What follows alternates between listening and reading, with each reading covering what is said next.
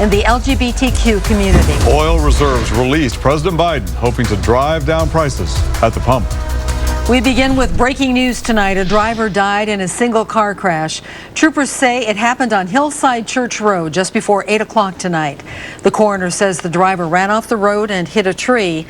The victim's name has not been released. We will update you on air and online as we learn more. Also, some breaking news out of Cherokee County. A Gaffney man has been sentenced in the murder of an NFL player's brother.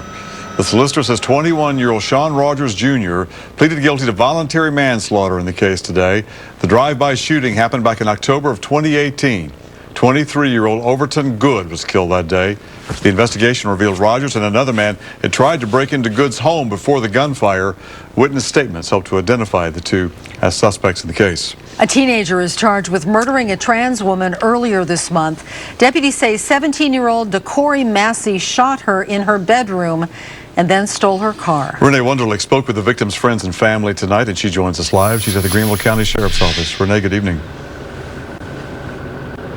Good evening, Michael. And the victim's family tells me that they don't know the suspect or what happened. They just want justice for Marquisha. I just wish people stop being so heartless and care more and love more. Understand, we love our family. And she was a big part of it. Early this month, police and the coroner's report first listed the victim of a shooting on Loop Street as 28-year-old DeMarcus Martin. But friends and family knew her as Marquisha Lawrence. He was a special child. Even though he was the way he is, way he was, you know, you don't look down on him and don't think different of him. Her parents say she transitioned at around 7 or 8 years old. He was just himself. He was just himself. He was nobody different. He was my son/daughter. Barbara Martin remembers Marquisha embracing her true self at around 20. We talked about hair all the time. We wasn't talking about hair, we was talking about nails. So we weren't talking about nails, we were talking about where we were going to travel to. With Marquisha's death, the Human Rights Campaign says 2021 became the deadliest year on record for trans and non-binary people. The group says at least 45 transgender or gender non-conforming people were killed this year. But the HRC says that number could be higher since victims may be unreported or misreported. Ebony was Marquisha's trans mom, a friend and mentor. She says Greenville needs to better support the black trans community to help keep them safe. I think the biggest thing is choosing different ways of measuring their data so that the funding and different programs and different agencies and things can open up doors for the black trans woman, well, the trans woman of color here. Now, Greenville County Sheriff's Office says that at this time, they don't believe that this is a hate crime. Now, Ebony disagrees. She says that violence against trans people is serious and more needs to be done. Live in Greenville tonight, Renee Wunderlich, WYFF News 4. Renee, thank you. Talking some weather now. Another chilly day and a cold night ahead. Chief Meteorologist Chris Justice, how low will the temperature go? Oh, it's certainly into the 20s across the area, but a few teens peppered into the mountains. The reason being we're clear. The winds are calm right now, and we're already down to freezing in many locations or below it in the upstate. 28 already in uptown Greenwood. You're the cool spot in the upstate right now. It's 31 in Pickens, 39 in Anderson. It's 32 right now in Spartanburg. Asheville, you're checking in at 30. Now, the temperature change compared to this same time yesterday, we're some 10 to 15 degrees cooler. So hopping on down to the 20s, it's going to be cold tonight. That wind out of the northeast at a light pace. So the wind chill certainly something to keep in mind. Even though it's a light wind, still makes it feel just a little bit cooler out. Over the next 12 hours, on down to the low to mid 20s with clear skies. And look at this, another cool day tomorrow at noon.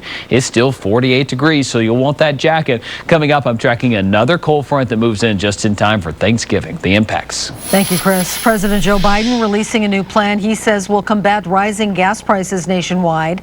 The president says he will tap into the nation's strategic oil reserve.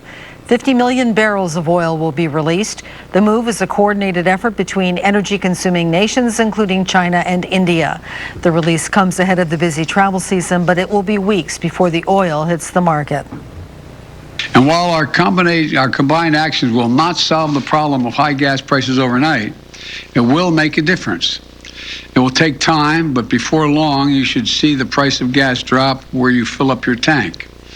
And in the longer term, we will reduce our reliance on oil as we shift to clean energy.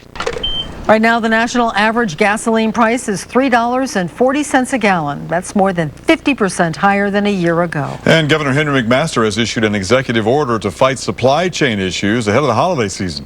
The order will allow trucks in the state to carry heavier loads. The governor increasing all weight limits for trucks to 90,000 pounds.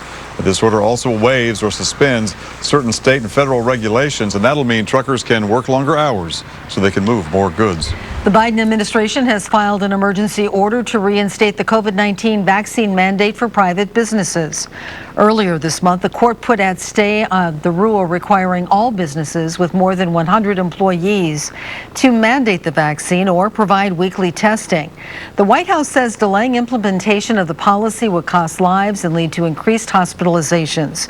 Nearly 30 lawsuits have been filed against the policy. Legal experts believe the case will ultimately end up in the Supreme Court. The CDC just added 2 top European cities to its COVID-19 high-risk travel list. Denmark and Germany are the latest countries to hit level 4, very high risk. Both are fighting a spike in cases. Many popular Christmas traditions in Germany have already been canceled.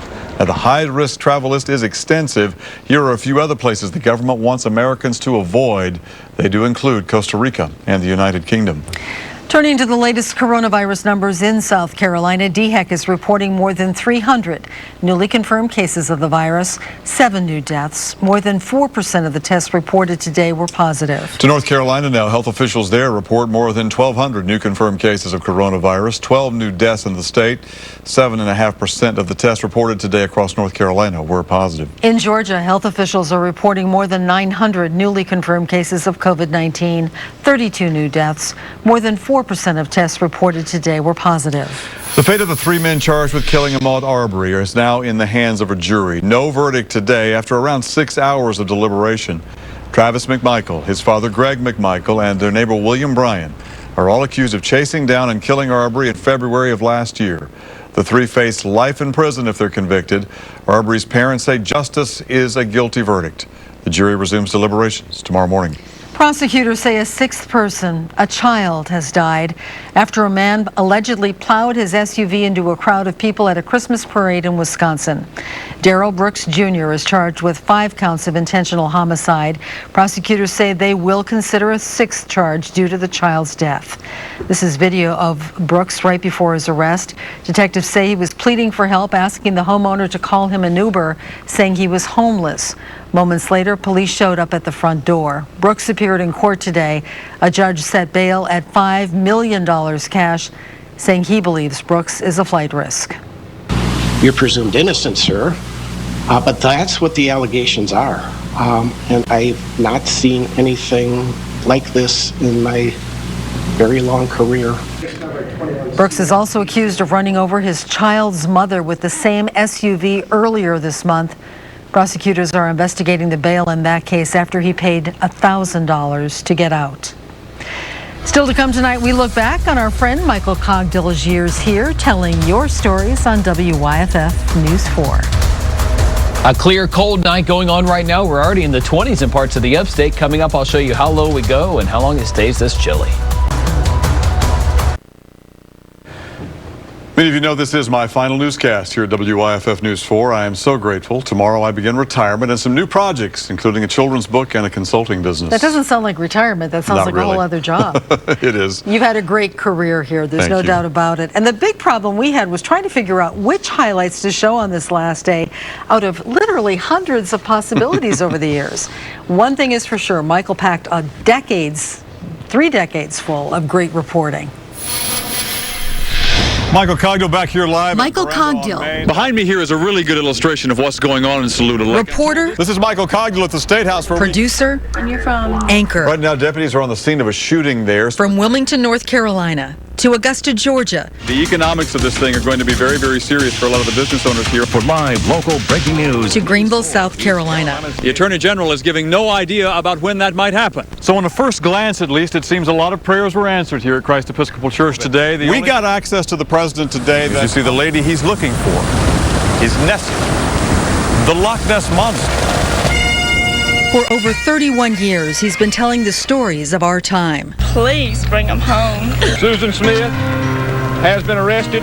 And how it continues to hurt. The pain has not gone away here. I milk 20 cows every morning and 20 cows every afternoon.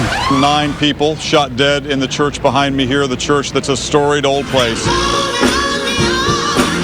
Stories of the human heart. Watch Emmy Award-winning Michael Cogdill.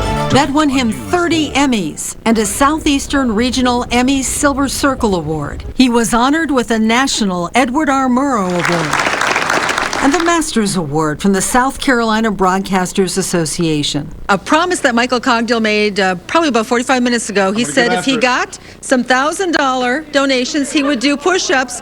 We have 4 people who have pledged over $1,000, so he's going to do this until we go to the NBC Nightly News. He's a storyteller with a heart for his community. We hope you don't wait to give to the people of Haiti. They desperately need your help. And we would love to hear from you. It doesn't have to be $1,000. It can be whatever you are willing and able to make Christmas a happy time for folks. And a happy time for this storyteller. Once went camping in this thing. See, he hitchhiked here from With retirement, the chapter is ending, but a new one is just beginning. And thanks to all of you, this audience over 33 years, so many of you have invited me, invited us into your homes. I am so grateful to you. Michael Cogdill, News 4, downtown Greenville. You know, looking at that, we've both gone through a lot of hair color changes. Yes, we have. Size of the hair. Do you notice I went from the push-ups to sitting in the back of a hearse, by the way? Was that a hearse? It was a hearse. Yeah, I remember the story very well. And by the way, you do a very fine impersonation of me. How did it all begin, Carol? It all began in a little town in western North Carolina in 1961. I'm making good on my promise to the whole crew here. Isn't that great? That's it. And that's exactly where it started. Like it's exactly where it started, Asheville, North Carolina. You all are so kind to me, and I am so grateful. I'm starting this consultancy up, and it's not that I'm leaving here. This is family for me for life, including this lady right here. Oh, thank you.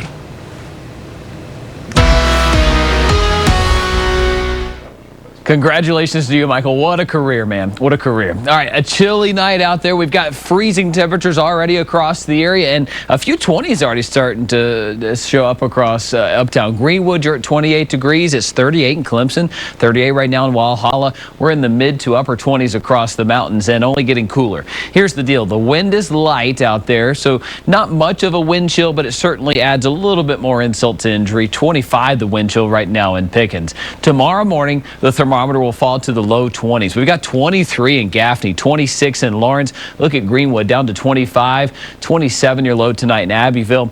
In Clemson, 30 degrees. Northeast Georgia, upper 20s to around 30. So a cold start to the day and pretty close to where we were today. We'll have some sunshine, but temperatures struggling to get out of the 40s. We might get to the low 50s, and that's about 10 degrees below where we should be for this time of the year. In the Asheville-Hendersonville area, starting off in the upper teens to lower 20s, warming up to the 50s today or tomorrow. Today you were in the 40s, so a little bit warmer than you had, but some clouds will begin to increase as the day goes on.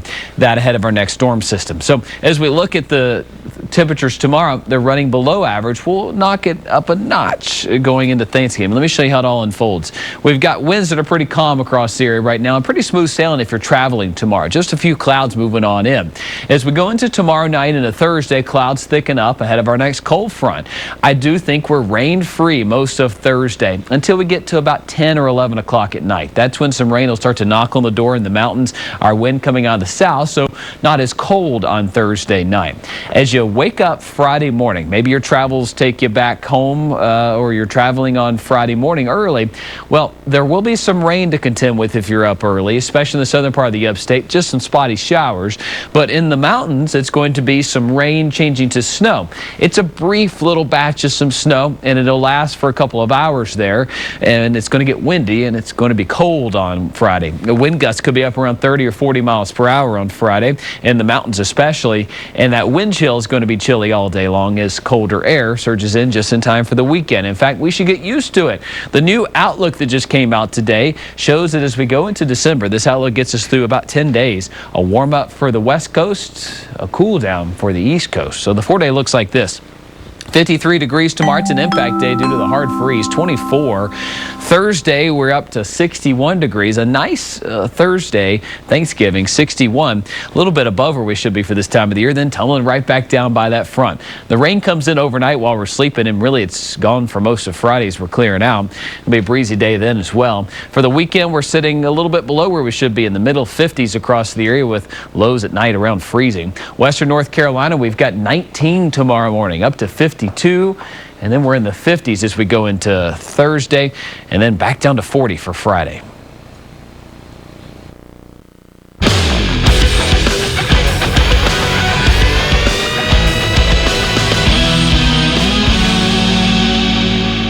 They say absence makes the heart grow fonder, but there's no love lost between rivals Clemson and South Carolina. The two meet again Saturday for the first time since 2019 after the pandemic interrupted a stretch of 111 consecutive meetings. There's more friendship in this year's meeting than in recent gatherings. Dabo Swinney and Shane Beamer, they go way back, but it's still a season of its own in Tiger Town, and it's a rivalry that has to be lived to be understood.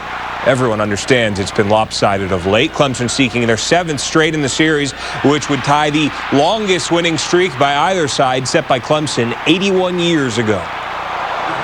It impacts everyone, and they're going to talk about it at church, they're going to talk about it at dinner, they're going to talk about it at their Thanksgiving get-togethers, and because it's just a part of the DNA of South Carolina. It's really fun to be a part of those things.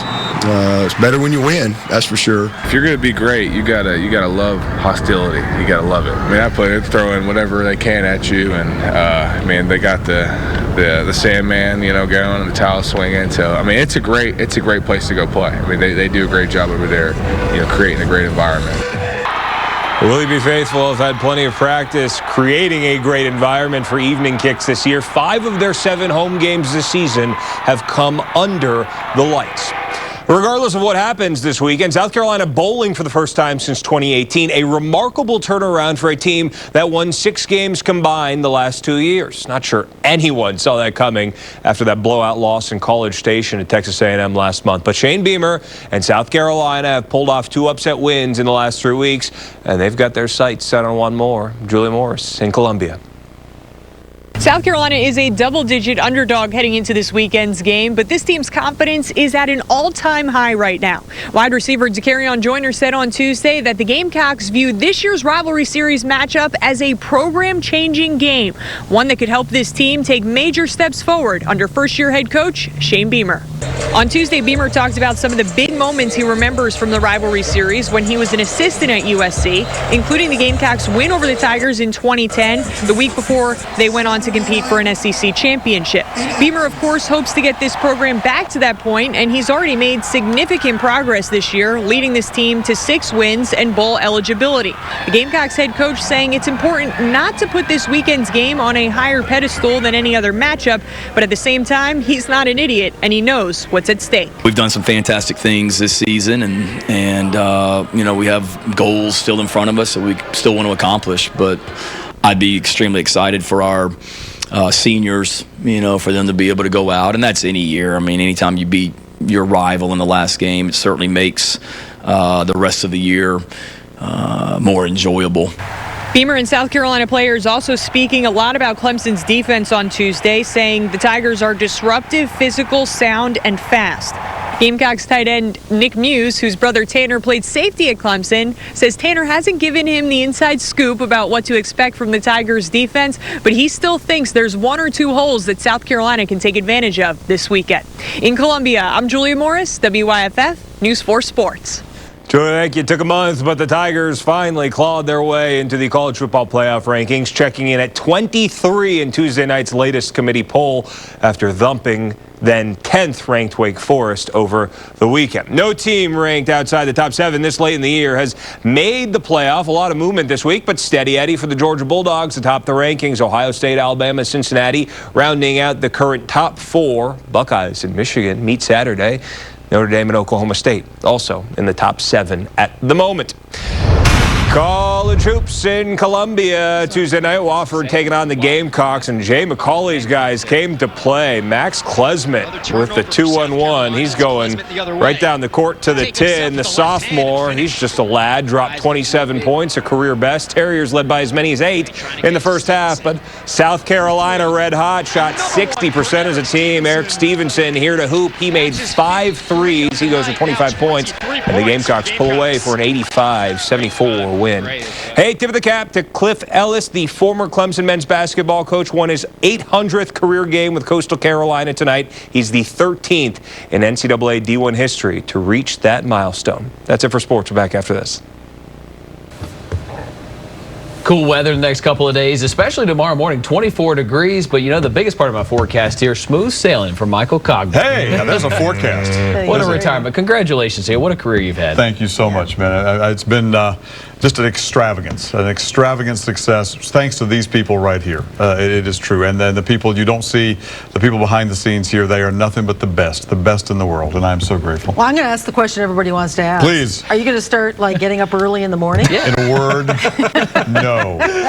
Wow. No, once a night owl, always a night owl. I was on the morning show the other day. I was like, do you people know what time it is? It's 6 o'clock in the morning. I'm wearing a necktie for Pete's sake. Yeah. And love the morning show. Not going to tune in for a while. Going to get used to this. Yeah. Michael, what a remarkable career. I've only had a few years to spend with you, man, but you're just such an institution here in this community, and what you and Carol and John and Jeff and Brad and before me, what you guys were able to accomplish together as a team for so many years, it's beautiful, and it's a true testament to this community. You are so kind. That is so sweet of you, brother. And Carol's been trying to get me institutionalized for a long time. This is step one, right? Yeah, you retired, step one. You're all tore up about this. Just tore up. We're tore all to pieces, every one of us. And you guys are in great hands with them. Nigel's going to be here. This lady right here has been at this a long time. I'm not going to say how long, but she still looks like a kid, doesn't she? Yes, people say that to me all the time. Yeah, and you are among the best. Don't start telling tales now. Don't get off on that. Can we get a few push-ups before you go? You know, I've been banned. I did some at the party tonight because I took my jacket off. Yes, you can't do push-ups in a coat. It's good TV. We've been teasing him about the push-ups in the story because yes, you they have. looked more like flutters than actual push-ups. I was fluttering. Yes, but he's still got good form. He's still got good form on the push-ups. From the sports guy. Yeah, now there you go. That's the kind of love I'm looking for. Here's the deal, though. You grew up here. I did. This is your home market, and to have such success here, what an amazing story. This goes out to you, Weaverville, North Carolina. You know who you are. That's where I was raised in a town about the size of this studio. Wow. As a matter of fact, and you know where that is. Oh yeah.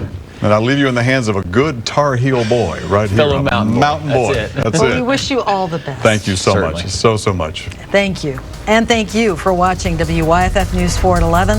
The news continues at 4:30 in the morning. One final time, thanks for the company for 33 years, folks. And don't forget about the mobile app. Get WYFF4 on the go. Off I go. Good night. Good night.